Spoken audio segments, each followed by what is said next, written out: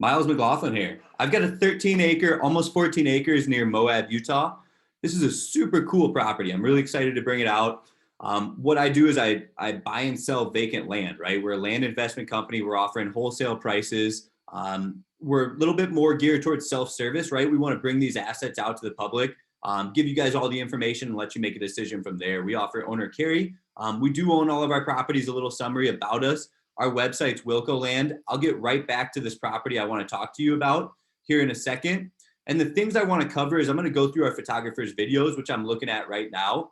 I'm going to go through how to access this property, different easements that potentially exist, and what the previous sellers had told us about this piece of land. The other thing I'm going to go over is, potential uses and kind of what I see from a bird's eye view on this piece of property. So just answering some of those FAQs, talking about access and location, how to get you out there using these GPS coordinates, and some of the potential this property offers. So again, there's really unique rock formations on this piece of land. Our photographer did a great job of, one, doing a write-up on the property, and two, showing these videos. It comes in off the highway near Monticello or Monticello. Again, I'm not quite sure how you guys pronounce it in your neck of the woods, but I'm here in South Dakota. Either way works for me, so I'm sure I'll learn soon. So this is our first property again in San Juan County, Utah. So our photographer did not climb to the top. I don't have any photos of the top of that property, unfortunately, but we were unsure about an easement to the top until recently. We did hear that there's an easement to the top. There's actually a gate somewhere in there too. So I'll open this up quick in the PDF format. It's going to be easier to view. So what our photographer said, road access. So it's a short distance from I-19. It's accessible via Peter Springs Road, which turns onto a graded gravel road. So how do you find a property like this? There's no address. So all I'm doing is Googling the GPS coordinates, and you're welcome to go visit the property anytime on your own. And let me give you a bird's eye view of what we're looking at. Right next to the Roughneck Resort, the steakhouse. You can walk down the block, grab yourself a steak. And you can see Canyonlands is right here. Moab's just up here to the north. I mean, this area, for anybody who's been, it truly is epic. We've got Silverton, Colorado down here, the San Juan. You're really just at this center of epic outdoor recreation, whether it's rock climbing, whether it's exploration, whether it's a place to build a second home or start a little farm. So we're sitting here, we're using GPS coordinates, right? You're able to go visit it. Hey, how do I know exactly, where the property lines are? A lot of people ask me when they go out to these properties. That I don't know unless you find survey markers. You can definitely look for them, but this is Google Earth, and I will share the link to this file on my inside the list on our website, so you can actually download this and pull it up. So things I'm going to do is you're able to look, if you're not in the area, you can actually look at what it looks like around here. So how cool is this, right? So you can get in, you can go up and down US 191 here.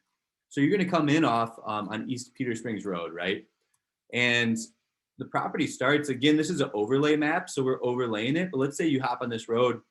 Good idea is, hey, it starts about 200 yards in, right? So you're getting an idea. You see this first driveway, right? These are natural features in the landscape you can identify.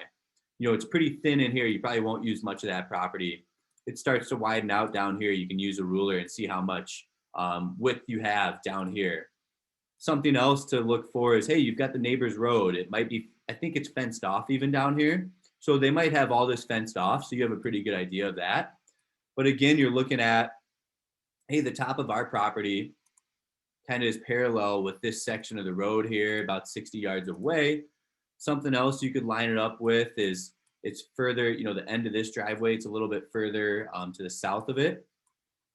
How big is this top area? Again, we're using this ruler, so I won't bore you with that too much. Where does it end? You can kind of see the rock formations here. Maybe that's a natural feature in the landscape. Maybe these dirt roads are. You come in off one of these dirt roads. So I want to get to showing you how like the neighbor utilized the top of their property.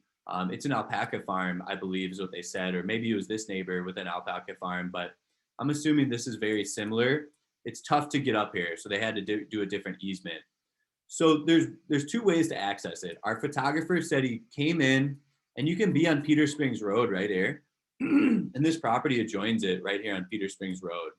So there's going to be those rock formations though. So to build a road going up is probably not the most efficient way to develop the property, right? To get access to this top section, which would be amazing views, an amazing spot for maybe a hobby farm or some sort of development, whether it's a house, a yurt, something like that. Maybe it's a place to camp.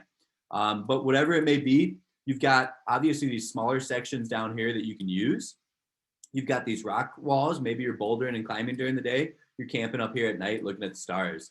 But there is easements. The previous seller is sending us a key for the next owner because somewhere in here, there's access. These roads meandering back here are being used by locals. And I don't know where all the legal easements are, but the previous owner seems to believe there is access, whether it's up here. I don't know where exactly it is. I'm asking somebody in my office to get back to me on that. So I'll update you if I do know anything more. I'll update the website listing.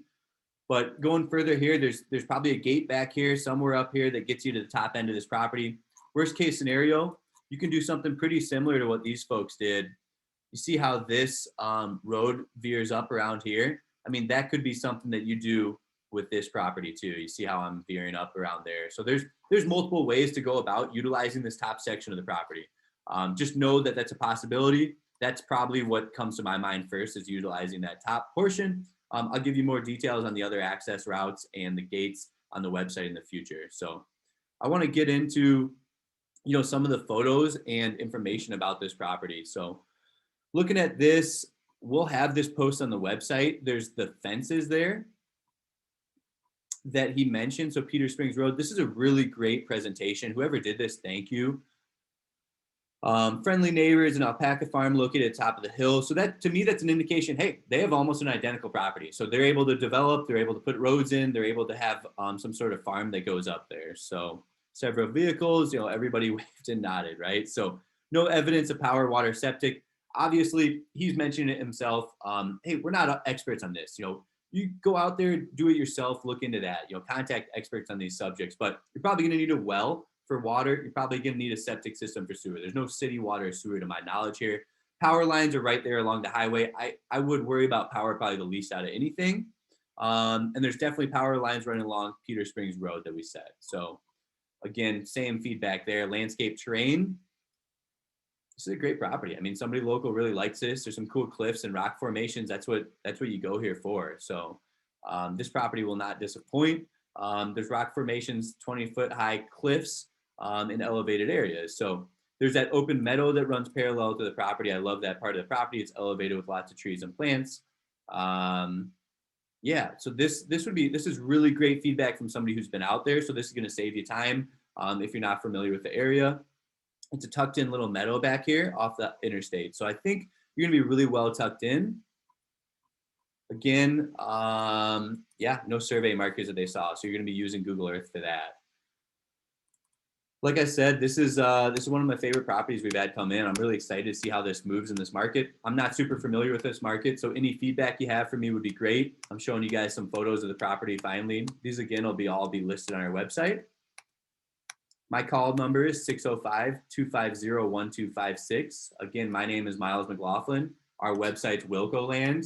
This is a quick summary of what I'm seeing in this 13+ acre property here in San Juan County, Utah, just south of Moab. That's it for me today. We'll have all this posted on our website. Give us a call, send me a text if you have a chance. Owner carry options available for those interested.